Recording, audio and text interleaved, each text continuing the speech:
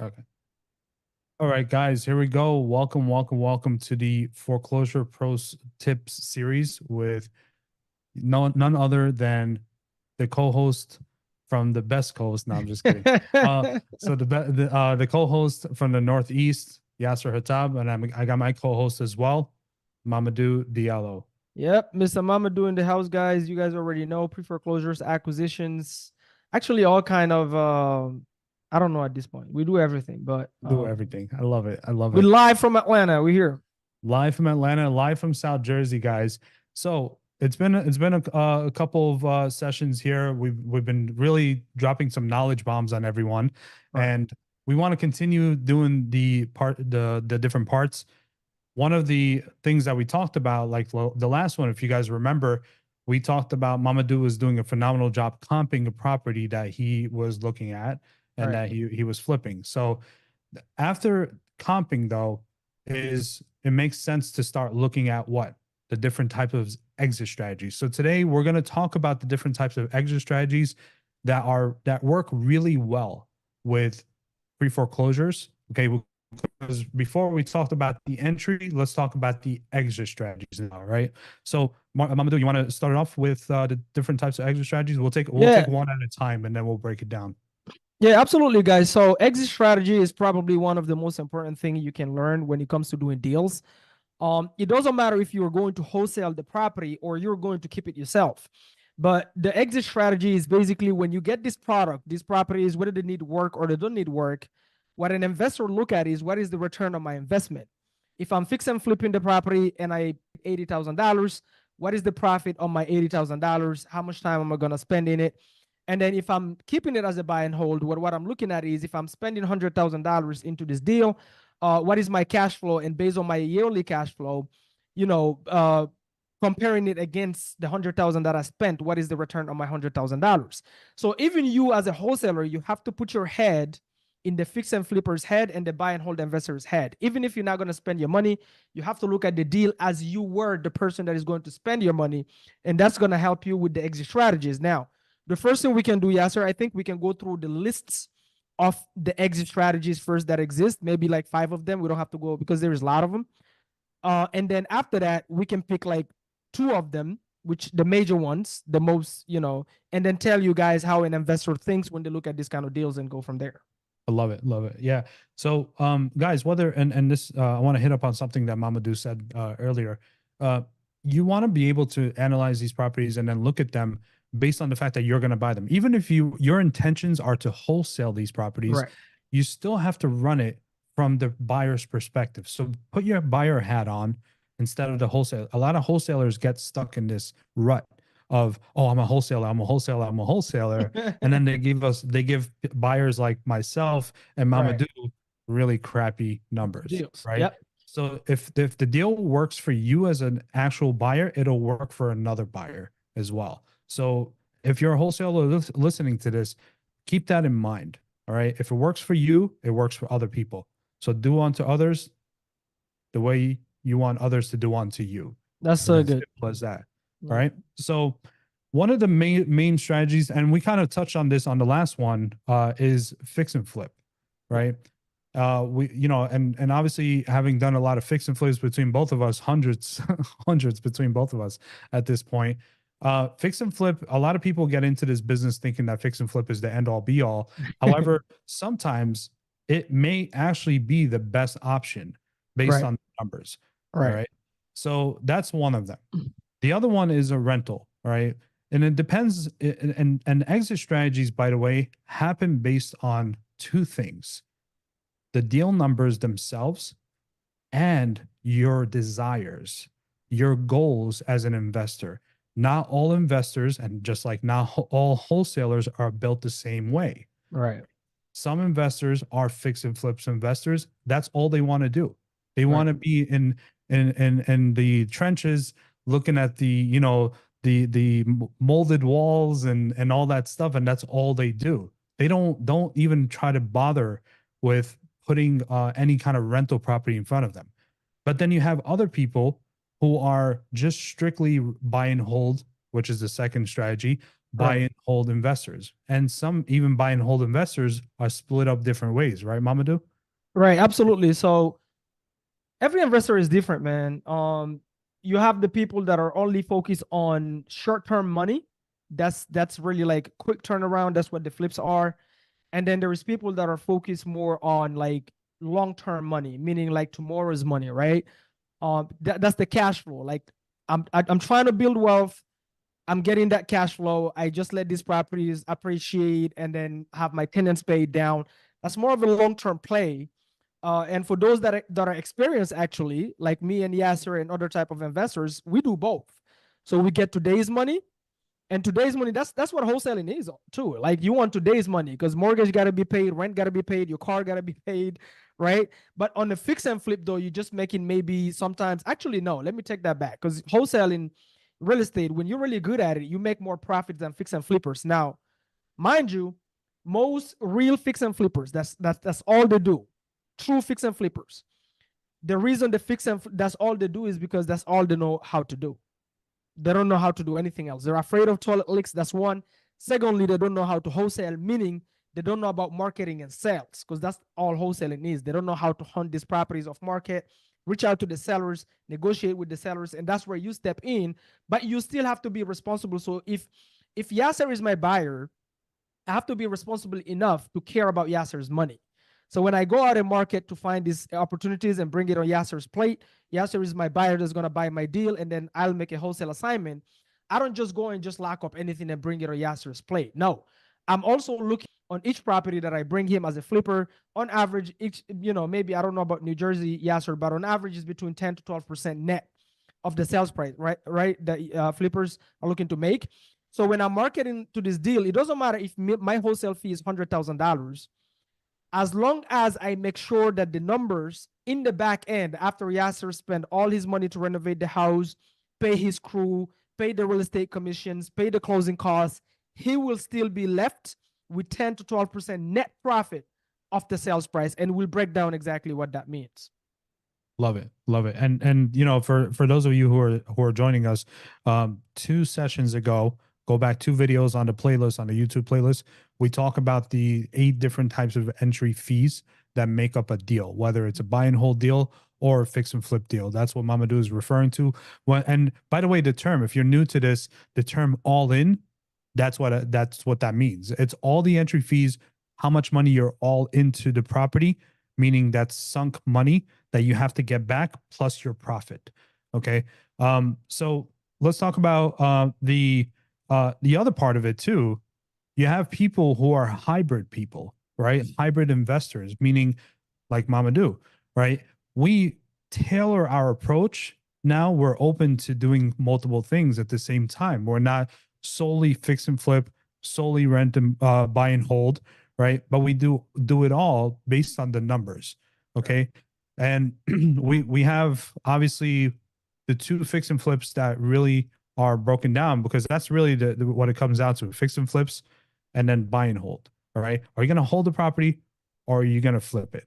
Okay. There's really nothing in between unless there's another new exit strategy out there that I Yeah. don't know about. No, is the buy and hold that have multiple layers to it. But Correct. other is always either you're holding the property or you're flipping it or you're gonna live in it if you're Or you're not an gonna live in investor. it. Yeah, exactly.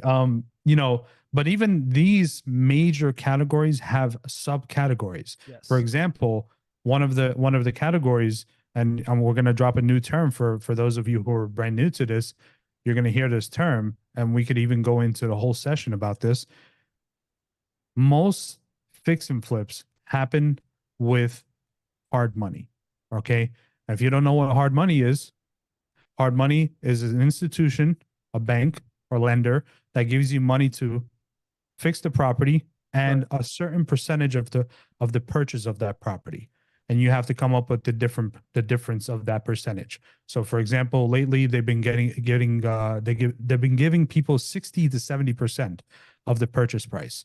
Okay. You got to come up with that difference. Let's say they give you 70%, you got to come up with the difference of 30,000 of 30% of the purchase price, but they also give you 100% of the renovation costs. Now, there's a lot more that goes into it, Mm. but that's the traditional way. You have other ways where you could line up private money from other personal investors, right? Somebody that's sitting on a retirement account, someone that's sitting on any kind of, money, and they want their money to work for them instead of keeping it in a checking account or a saving account, getting them, what, a quarter of a percent. I think the Like highest I've if you seen was have a 1%. like if you have a friend of yours who's a captain of flights, okay, guys, they have 100 million they're sitting on. You can call them, okay? Like I have a friend, his name is Yasser Hatab. He like fly these freaking big planes. Every time I'm trying to buy a property, I just text Yasser. Yasser, come on, bro. Guys, that's private money, pure relationships. The key there is private. I And love it. that will always be your cheapest funding, right, Yasser? Yeah, absolutely. And that's the fun. With hard money, you have to pay it monthly. You have to pay your fees monthly, and that's one of the 8 entry fees is holding costs. You got to include that into the holding costs as well. Mhm. But then you also have private money where you could actually pay the money at the end when you actually flip the property. That's traditional, right? Right, right. But then you have the creative way of doing it, which is I think our favorite. Yeah, 100%. Depending on who you ask, which 100%. is novation, right? Novation agreements. Yeah. That's where you actually come in and Mamadou, you want to explain that one? Yeah. So on the creative side, guys, is hey, I don't want to go to a hard money lender because hard money is expensive. You got to show your credit. On average, they charge you between 12 to 15%, depending on your experience. Experience plays a key. The other thing is private money is pure relationship, is whatever you negotiate, like Yasser just said. So if I know Yasser, Yasser is my friend. I know what kind of investor he is, but also because he's my friend, I can negotiate some terms that I cannot negotiate with a hard money lender because hard money lenders are regulated, right? They have rules already in place. You can't negotiate it, right?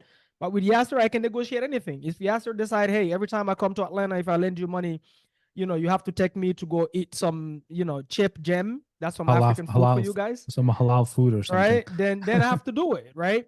Now, when it comes to novations, it's actually novations and subtels. This is when creative finance comes into play. This is how I did my first fix and flip. I found a lady that had a property and the property was worth on the market after you fix it up and sell it is worth around like 340. Okay. And she owed on her mortgage. She inherited this property from her late husband who passed away. And she owed on the mortgage like 260, 268,000 on the mortgage. And every single cash buyer was offering this lady around like 180,000 all cash.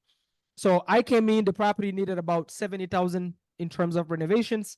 So I came in and I told the lady, listen, if you're open to leave this $268,000 in place on your husband's name, and I will take over the monthly payments. I'll be fully responsible for making those payments, right? And I'll give you $5,000 in your pockets for moving expense and everything else.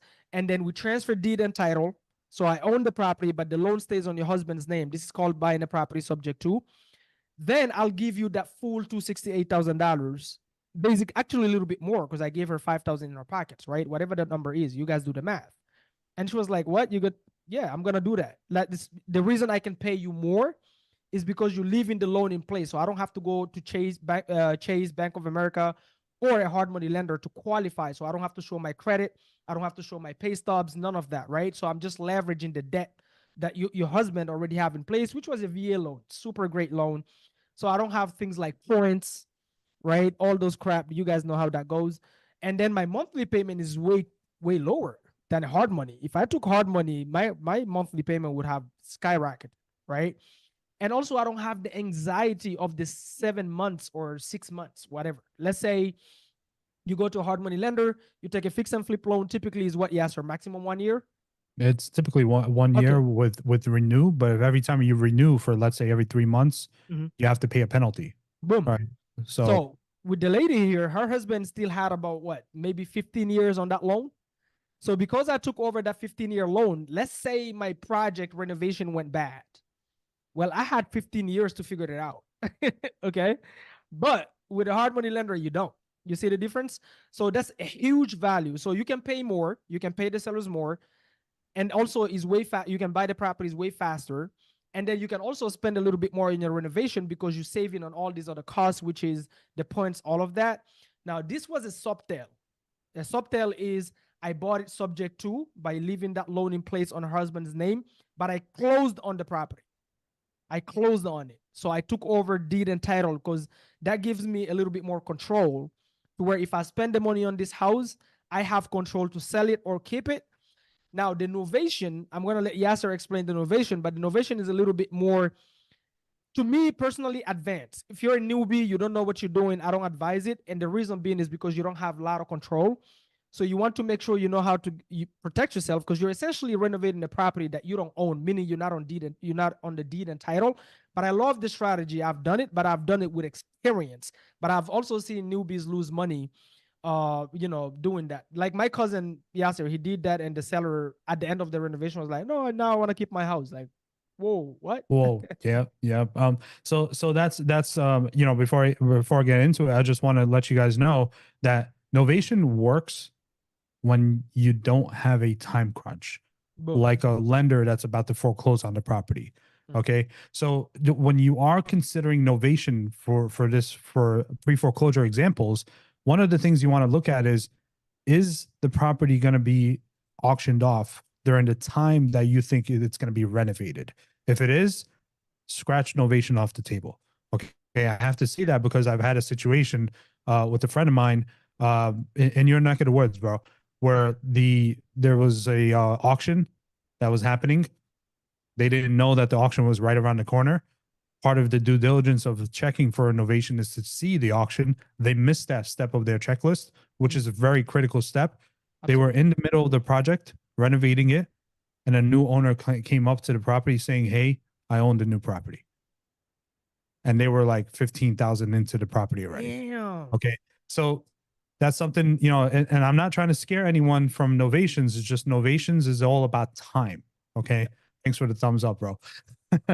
I love it. So with novation, it's as simple as this. All right. In layman's terms, I like to simplify stuff. And this is actually how I tell people all the time. What if I'm able to come in, right? Obviously, your property is worth X amount. Okay. If I was to come in with a cash offer, it would be lowball just like everybody else. All right. And it doesn't make sense. So one of the best things that I could do for you, all right, what if I'm able to come in and renovate the property on your behalf? I'll bring in the capital for it, and we list it on the market. And then whatever it sells for, you get a portion as long as I recoup my initial investment, which is the renovation cost. Okay. Once I recoup my initial investment, we could split the money a certain percentage. And this is the best thing about novation. Everything's negotiable. Okay. So I've had some sellers that want to do 70-30 split. Some do 50-50. Some want a flat amount. This is where the negotiations comes in. As long as, and you have to make this very clear, as long as I recoup my initial investment in the property, right? However, word to the wise, novation, you do not own the property. Okay. You are not on title. Not you, not your company, not your mother. Nobody is on title except for the seller. Okay. Another thing too with novation is the seller going to be living in the property while you're doing a renovation, or are they going to move? My advice, move. Have a move. There's a lot of sellers that, I want to stay in the property in one room, and no, don't do that. All right. That's not going to work. All right. And then we usually frame it when we're pitching novation, and we have a seller that wants to push back on that and say they want to live in I don't have another place to live or whatever. We usually say, hey, listen, it's not even for anything besides comfort and safety. Okay. With renovations, a lot of work is being done. There's a lot of safety hazards that could affect you from staying there. Okay. Plus, a lot of contractors won't work when someone is living in the property because of their liability insurance. Right. So, now you're making my job hard. I'm trying to solve this problem for you. So novation is very tricky. It's advanced. However, it's so lucrative because you could really sell the property for a lot higher than what its as is value is. And 2 sessions ago, we talked about as is value versus ARV, after repair value. So that's what novation is. You're coming in, you're working on the property, and you're bringing in just the capital to work on the property, the actual renovation costs, right? And then the seller signs, certain documents with you, and then there's no closing, by the way. There's no closing. The only closing is when you come to sell the property Right. on retail side, Right. right? Now, whether you list it, if you're a realtor, you save the money on the on listing it too. So that's the cool part about it. Yeah. So subsale and renovation are the creative side of fix and flip, and then you have the traditional side, which is using other people's capital, whether it's a bank or private capital. Okay, Right. that's fix and flip. Anything else that we missed, bro? On fix and No, flip? that's really it. Is either Right. cash. When we say cash, if you're Bill Gates' son, obviously you have the cash, or you take hard money, whatever. But as long as you buy it outright, it's a cash transaction. Okay. Right. Or the creative that we just explained is the subtail or the innovation. Okay. Some people call it different. Guys, there's a bunch of gurus online that make up freaking names that means the same thing. There is some people Yeah. call innovation something else. Okay. You can do innovations even on properties that you don't renovate, by the way. Like you can sell Mm-hmm. a property as is listed on the market, blah, doesn't matter. But most of you guys that is going to watch us are actually you're in a phase where you're actually going to wholesale. So remember, you can negotiate these contracts, both the subtail and the innovation. You can negotiate the terms, put them under contract, and wholesale it to an actual buyer. So you don't have to be the one that deal with the property, renovate it, do anything. So you can, but you have to learn how to negotiate these things. And then once you put it on the contract, then you wholesale it. You can wholesale anything, guys. You can wholesale these ships right behind me, by the way. Just so you guys know, I know the frame look weird. This is how I got the office, but the saying at the bottom is really nice. It says the secret of business is to know something that nobody else knows. Ooh, So I if you like look it. at if you look at the frame with all the ship, you see the one facing this way.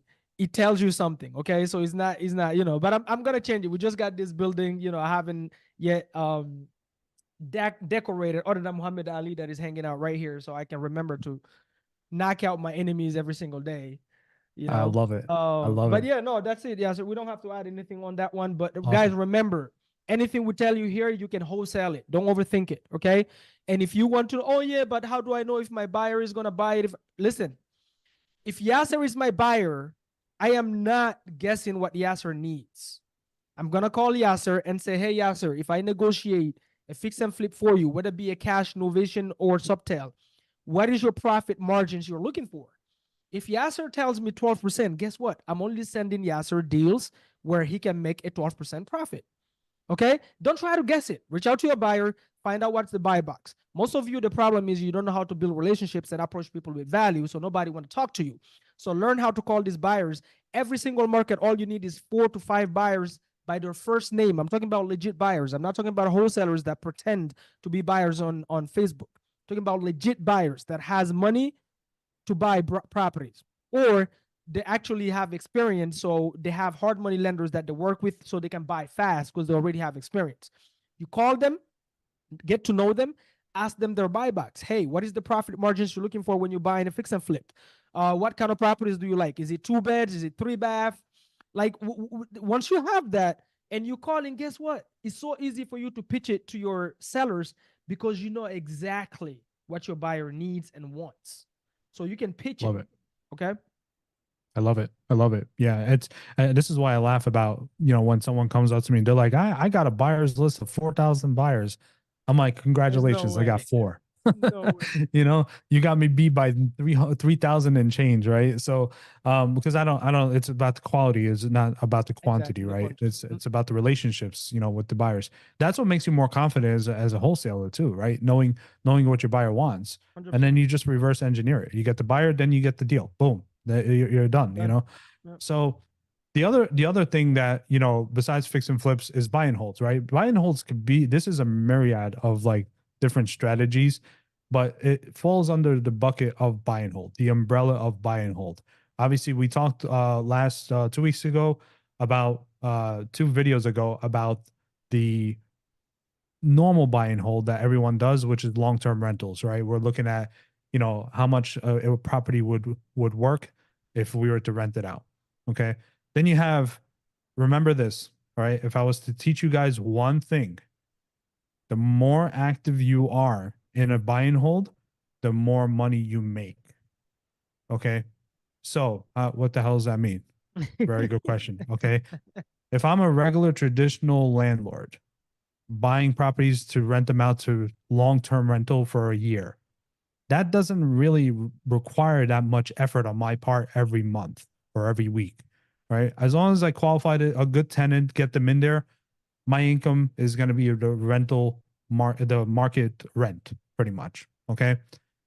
And whatever the market sets is whatever I'm going to be doing, pretty much. However, if I'm going to be doing more active work, meaning that the shorter term, let's say 6 months or 3 months at a time, now we're getting into the realm of what? Midterm rentals. Okay. Midterm rentals has a whole bunch of people involved, a whole bunch of, more requirements, more work involved, because you have more turnover in the 3 month period or 6 month period or even 1 month period sometimes, right? And there are people out there that are good matches for midterm rentals, but because you're involved more, you could charge more. Okay. And that's where midterm rentals are kind of the middle ground there. Then you have short term rentals, obviously, which is Airbnb, VRBO, all the vacation stuff, right? Stuff that's like less than a month, essentially. All right. Now, because you have way more turnover, now your income is doubled sometimes or even tripled. I've seen tripled and quadrupled. Okay. Why? Because it's higher risk, but it's also higher reward. So if you got higher risk, higher reward, higher activity. And that's literally how this works with rentals. Okay. So if you're tired of being a landlord, consider midterm rentals. However, there are some caveats, right? Cry. You caught my drift on that one. I love it. Yeah. So you want to explain what the things to look out for on each one, pretty much? Yeah, I think, most of this audience, they're going to try to wholesale, right? So the few things I want to clarify. Number one, if you're just starting out, stay away from fix and flips, okay? You are guaranteed to lose money on your first fix and flip if you're doing it with somebody without someone with experience. This one. Secondly, if you've never wholesaled a property, meaning from A to Z, like you just started, you don't have the money. If you have the money, by the way, it's way easier to make mistakes when you have money than when you don't have money. Oh, say When that you again, have bro. money, you have money to lose. Yep. When you don't have money, you have nothing to lose. You cannot F up too much if you don't have money. What does that mean? That means if I'm just starting out, let me take me when I started. When I started, no money, the only thing I had was time. And I'm blessed for that. That's a blessing, just so you guys know. Because I don't have the money and I have the time, I need to learn how does it look, a real estate transaction from A to Z, the flow. How do you learn that? Is through wholesaling. When you're wholesaling, you're learning marketing and sales, how to hunt for deals. You hunt for the deal, good deals, and then you put them under contract. That's negotiations. That's where the sales comes into play. And then you sell it to an end buyer who's going to take that property and flip it. Forget about the flipping for now. But when you go to the closing table, now you can have the title company because you're going to be on that HUD. The HUD is the receipt that the buyer receives that says, hey, this is your property now, right? You as the wholesaler, you can now read that HUD, even though you just wholesaled it, you can read the HUD and see what are the fees involved when you're buying the property? How much does the title company charge? By the way, that HUD, they send it to you on your first deal. So you have access to it. So you can see how much the buyer spent on fees, including the money the buyer paid you. And once you understand A to Z, how to take a property from, hey, I found the homeowner, was motivated. How many times did I have to follow up? I got the contract. What are the headaches that I dealt with to get the seller to sign? Then the headaches to get the title company to close. Then the headaches to get the buyer to fund the deal. Then the headaches on the delays. The title company said you were going to close on the 6th, but you ended up closing 1 month later, and you were really counting on that check to pay your mortgage. And the check that, trust me, you want to go through that whole process. That's $1 million lesson right there. Now you know how a transaction in the real estate works from A to Z.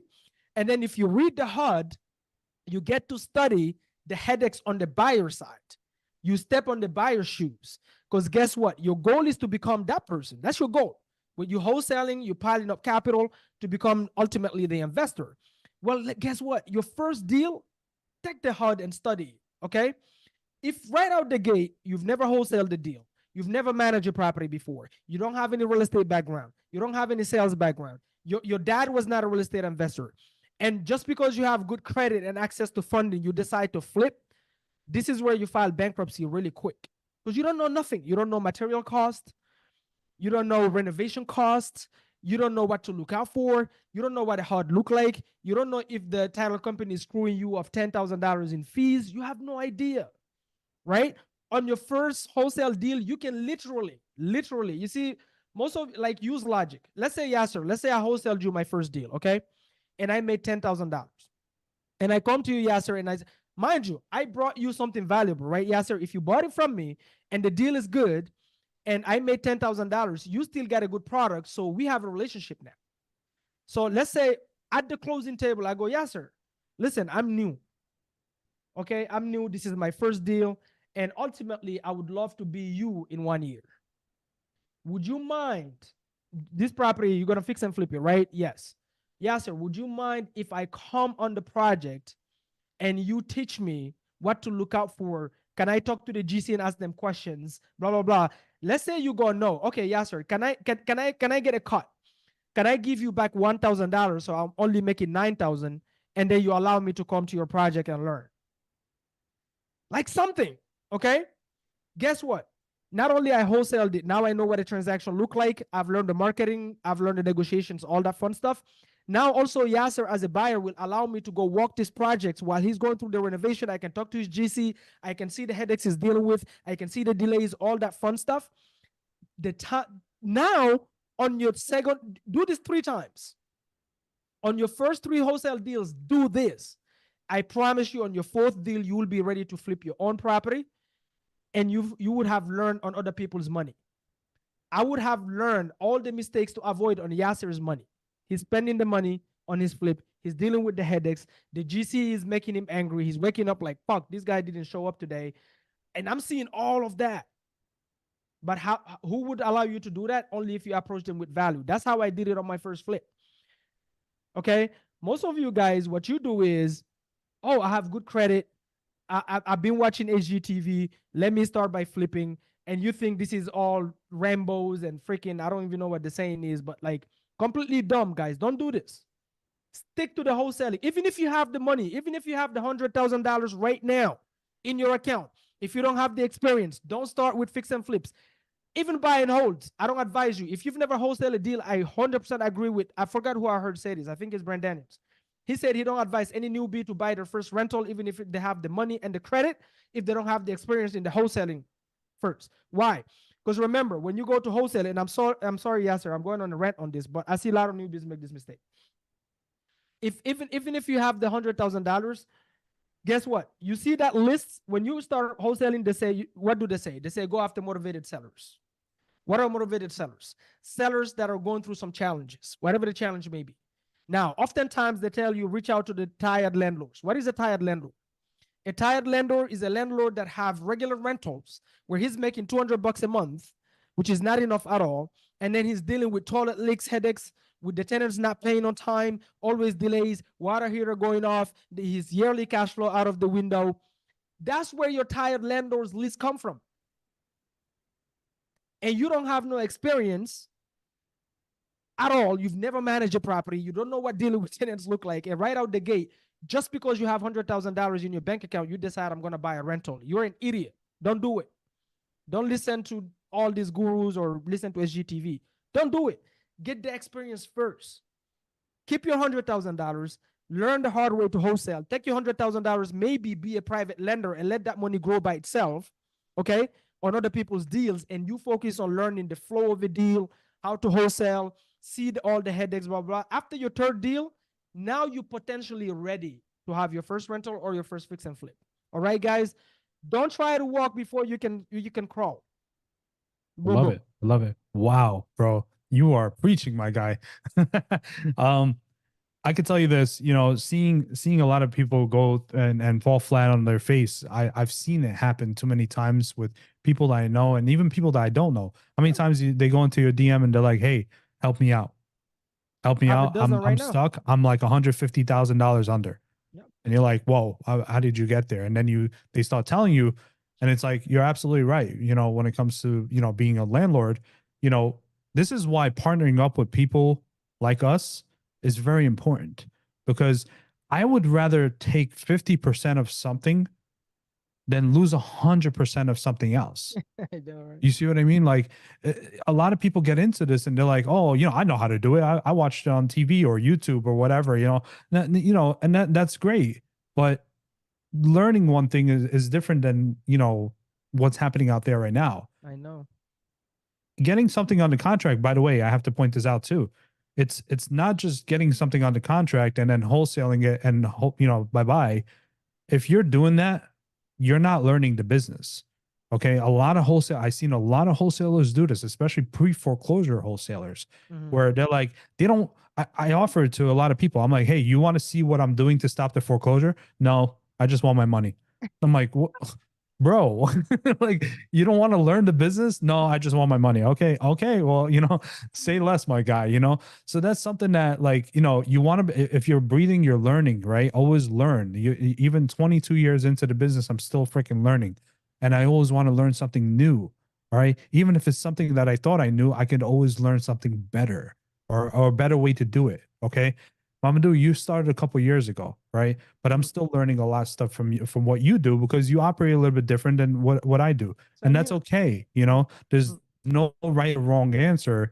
It's, you always want to learn from people. But when you get something on the contract, it is inevitable when something happens up until close of escrow. Right. And then even after close of escrow, it's when something happens during that renovation. Okay. A lot of people get into it. I see these budgets, these renovation budgets, and they put, 15, 10%, contingency, right? Contingency. Like, if something happens, I'm like, no, no, no, no, no. I got to deal with a lot of students like this. They're like, oh, if something happens, I got 10% budget. No, no, no, no. It's when something happens Happens. during the Boom. renovation, okay? Because you're going to open up a wall, you're going to experience some stuff. So why would you not want to learn with someone that already knows how to mitigate that situation, like mold, It's guaranteed to right? happen. Like, you open up a wall and you see a lot of mold. Now you have to get mitigation, and you got to pay a couple of extra thousand more, right? Why don't you learn by working with someone so that they already know how to help you work through that process instead of you trying to reinvent the wheel? Okay. So that's what it comes down to. So keep that in mind. It's always anticipate things are gonna happen. All right. Things will happen. It's not if things so even with rentals, man, I'm telling you right now, going through an eviction right now, personally, and it's not fun. It is not a fun Same here. situation. Going through. Mamadou, you had one I'm recently where they evicting they right threw now. they Yep. threw the stuff on the lawn, right? With yours, No, I have another one. you That's have just another one. Oh, yeah. That one was the seller. Is the seller dealing with the tenants? I'm just buying it. But the other uh-huh. one is like my property. It's your own. Yeah. Yeah. See, that's what I mean. Like, even knowing how to work with an eviction, it's not easy. There's certain laws that you have to abide by, certain things that you have to do to make an eviction stick, pretty And much. by the And way, the mortgage company don't care if your tenants don't pay. The mortgage still do. doesn't matter.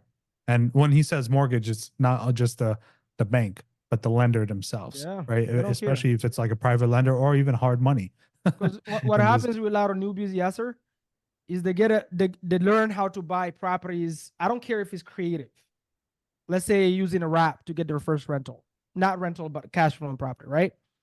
They decide to just go all in and then do that. The problem is they've never stacked cash through wholesaling or whatever other means. And then a tenant or a wrap buyer stop paying for 3 months. And now they have to get foreclosed on we see because it. they don't have the cash to keep up with the mortgage. That's We why I'm see it. bringing that up. We So see it day in if and you day haven't out. stacked cash, stay away from keeping properties. It comes with a responsibility. It's not all sexy and trust me. I love that evil laugh at the end there. So yeah. With that being said, guys, we're gonna wrap it up here. I hope you guys got some value from this. Oh, they got value, bro. We don't Oh, hope. I absolutely. know you got value. Absolutely, bro. It's like gems day in and day out with us. Every time we collaborate, man, always good things happen, amazing things happen. We've been getting a lot of good feedback also from you guys. Let us know what you guys want us to cover, especially with pre-foreclosure stuff, because, again, I've been doing this for a long time. I got into foreclosures in 2008 and I've been really enjoying it. Solving a lot of problems. Remember, the bigger the problem, the more the income. Okay. Because you're providing a solution that other people are not even able to do and provide, including realtors, lenders, attorneys, and other people, right? So sometimes you want to be able to realize that not everything is going to come perfect, right? You're going to have to figure out a creative way, and use your mind and your resources and your energy and your drive to solve that problem. You solve that problem, you get a bigger paycheck, and that's what it comes down to. All right. Well, with that being said, guys, I appreciate you guys. Mamadou, you got some words for these fine folks? Oh, guys, listen. You guys might have to watch this twice, but take notes. That's number one. Number two, stay out of your own way. What I mean by that is only a pregnant woman that gave birth can tell you what it feels like to get pregnant. So everything we talked about here is by experience. I'm not telling you anything I haven't been through. I've sold rentals because I've been through those same headaches. Why? Because I've listened to those gurus that were telling you do the birds, do the this, do the that right out the gate when you haven't even had stack cash yet. So the wisest person on earth is the person that learned through other people's mistakes, not their own mistakes. So if you see somebody that have been through something and they tell you avoid it, or you have proximity with somebody, like learn from their mistakes, not your own. You don't have to do it. If I've been through the mistake and I had to sell 3 rentals because I found out it sucks, and I became a tired landlord, even though I bought it from a tired landlord, and I'm telling you don't do it, and you sit there, I'm just gonna do it. You're an idiot. I'm telling you that right now. Get offended if you want to. Learn from other people's experiences. You don't have to. It's almost like, okay, I know certain things is a waste of time. And my child goes and, oh no, I want to learn by my own experience. Fuck no, you're not. I'm gonna That learn makes with no sense. my experience. I've Right. already made the mistake. You don't have to. Okay. Right. So it's just, I know there is a saying, you learn through experience. That's not true. You learn through other people's experience. Other people's experience are the best teacher. So sometimes there's certain, obviously you're going to make your own mistakes, but if there is mistakes you can avoid by not putting arrogant in, because some people, they just don't listen by pure arrogance. Well, it's pride. It's pride and Yeah. ego as well. So that's all I got to say, guys. So Love. make sure you go and check I think we did 3 episodes prior to show you guys how to comp and all of that, or maybe 2. I'm not really sure, but go back and check them out. Reach out to us. You can get hold of me on any social media platform at Real Estate Diallo on IG. And until next time, guys, stay bold and be bold. That's all I got to say. Adios. Peace. Adios.